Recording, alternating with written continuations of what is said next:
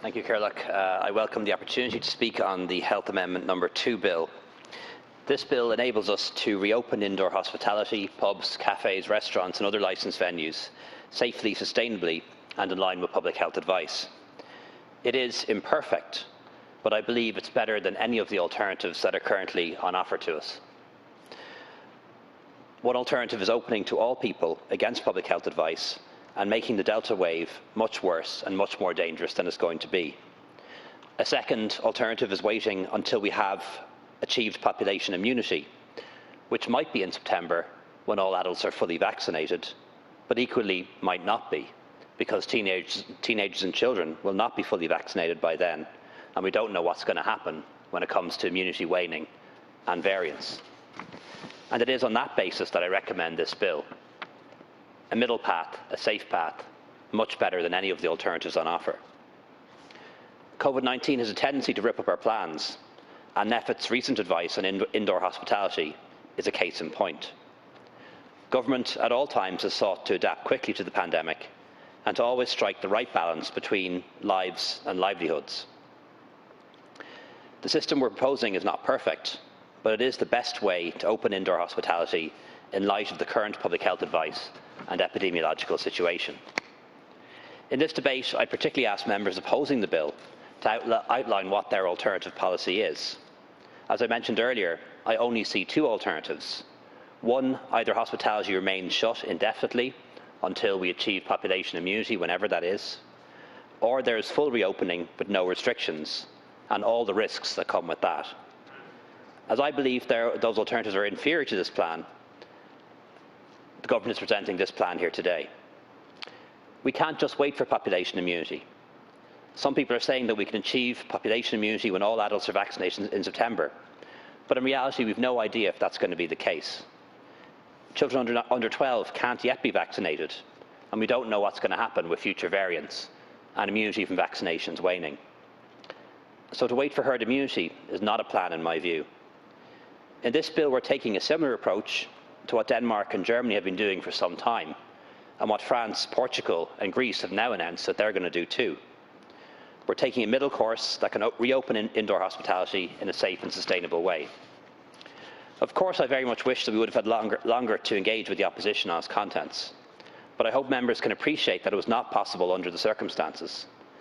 Thousands of jobs and businesses depend on us passing this legislation, and we owe it to those business owners and workers to progress it as soon as possible. It means that businesses can reopen, more people can go back to work, and people can enjoy the benefits of being vaccinated to return to socialising indoors and not just in private homes. Officials from several government departments will seek to keep the opposition and representatives of the hospitality sector informed of developments. I particularly want to thank all of those involved, the staff and deputies here in the House, employer representative groups, unions, representatives of the hospitality sector, and all our civil servants for the work that they've done to help us put this plan together and in helping this legislation reach the floor of the House today. The bill establishes a framework to allow indoor hospitality to reopen in the safest way possible, and it will be subject to a sunset clause and review in October. To keep people safe, we're making a distinction between those who are vaccinated and those who are not for a short period of time. I hope people will not see this as discrimination. This is a public health measure. It will be temporary and hopefully just in place for a few months. Just as we asked older people to stay at home at the start of the pandemic when they were the most at risk, we're now asking those who are now most at risk, those who are unvaccinated of all age groups, to avoid congregating indoors, at least until they are fully vaccinated. And that time for adults is much closer now. This week, the online portal is open to all adults, everyone aged 18 to 34. And of course, the option of receiving a vaccine through a pharmacy has been open for a couple of weeks now. So any adult who is not vaccinated yet, it's really only a matter of weeks. And we actually await advice from NIAC that will allow us to start vaccinating people aged between 12 and 17 as well. On the enforcement issue, the regulations will enable checks on a proprietor so that he or she has a process in place to ascertain that people coming into the premises are vaccinated. This will involve the existing practice of keeping a record of contact details and adding an additional check that he or she has verified that the person has a valid certificate. The premises will be closed if they don't have verifiable evidence of this, or rather can be closed. But I do want to make it clear that although there will be enforcement measures in place, this isn't about catching anyone out. And we're certainly not going to see compliance officers going table to table, checking people's passes. The public health measures are there to protect people, and generally it hasn't been necessary to be heavy-handed in terms of enforcement in Ireland. We've seen people come together to do what's best for themselves and also what's best for each other, most importantly. However, this legislation will provide the backup of legal enforcement measures should they be required. The guidelines for hospitality already require that the name and number of customers is maintained for the purposes of contact tracing. Cafes, restaurants and pubs will now have to keep an additional record that shows that their customers have produced evidence of vaccine cert or that they have had COVID in the past 6 months. The detailed operational arrangements will be a matter for regulation in the first instance, and many of the issues and questions arising will be dealt with in the guidelines that are being worked on with the sector. Those who have been fully vaccinated have already started to receive emails and letters on their vaccine status, and this will continue over the coming week. Of course, the safety of workers is of paramount importance. Throughout the pandemic, we've done our best to protect workers as best we can, and the safety of workers and staff was an important consideration in the formulation of this system. The Irish Congress of Trade Unions were involved in discussions with the sector last week, and will continue to be so. All of the health and safety protocols will still apply to indoor hospitality, including physical distancing, mask wearing in designated areas and hand sanitising. My department, through the Health and Safety Authority and in conjunction with other health experts and the Labour Economic Forum, continues to update the work safety protocol as required.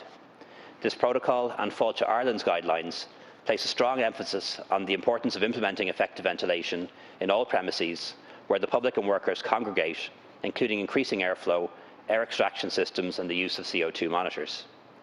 Improving ventilation will be part of the operational guidelines to be published by Fáilte Ireland and will continue to form part of the government's communications campaign.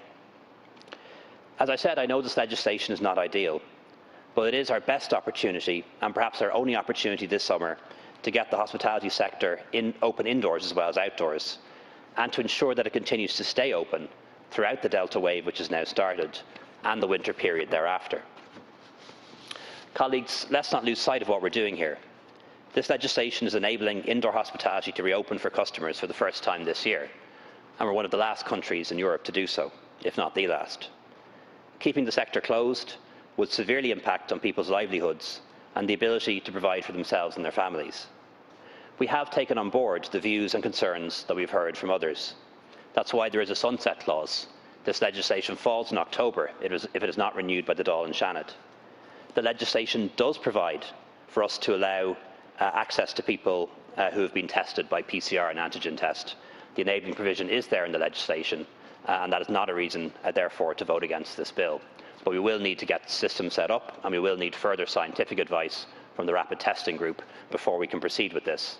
But that option is in the bill, and antigen testing or PCR testing as an alternative is definitely not a reason, therefore, to vote against this legislation. Also, staff will be exempted, and of course people who work in one of these environments, if not fully vaccinated, will be able to have a drink or a meal before or after their shift, as they always had. Government's objective over the coming weeks is to ensure that the increase in cases that will happen as a result of the Delta wave doesn't lead to such a significant increase in hospitalisations and ICU admissions that it puts our health services under undue pressure.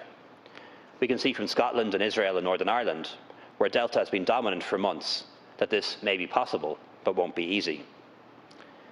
This is a virus that has caused a lot of suffering and has caused the deaths of over 5,000 people in this state. But because of the vaccine programme, we're in a very different phase of the pandemic now. 800 cases a day, or 1,000 cases a day, or even 2,000 cases a day doesn't mean what it did in January. The link between cases and hospitalisations and deaths has been weakened, but it is not yet broken. We think it is possible to get through the Delta wave without reimposing restrictions or going back into lockdown. We will need some restrictions, and we will need to put in place measures such as this. If things go well, we may not have to use this system for very long.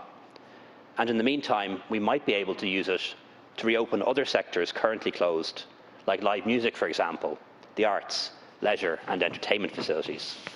On this basis, Caoirleach, I commend the bill to the House.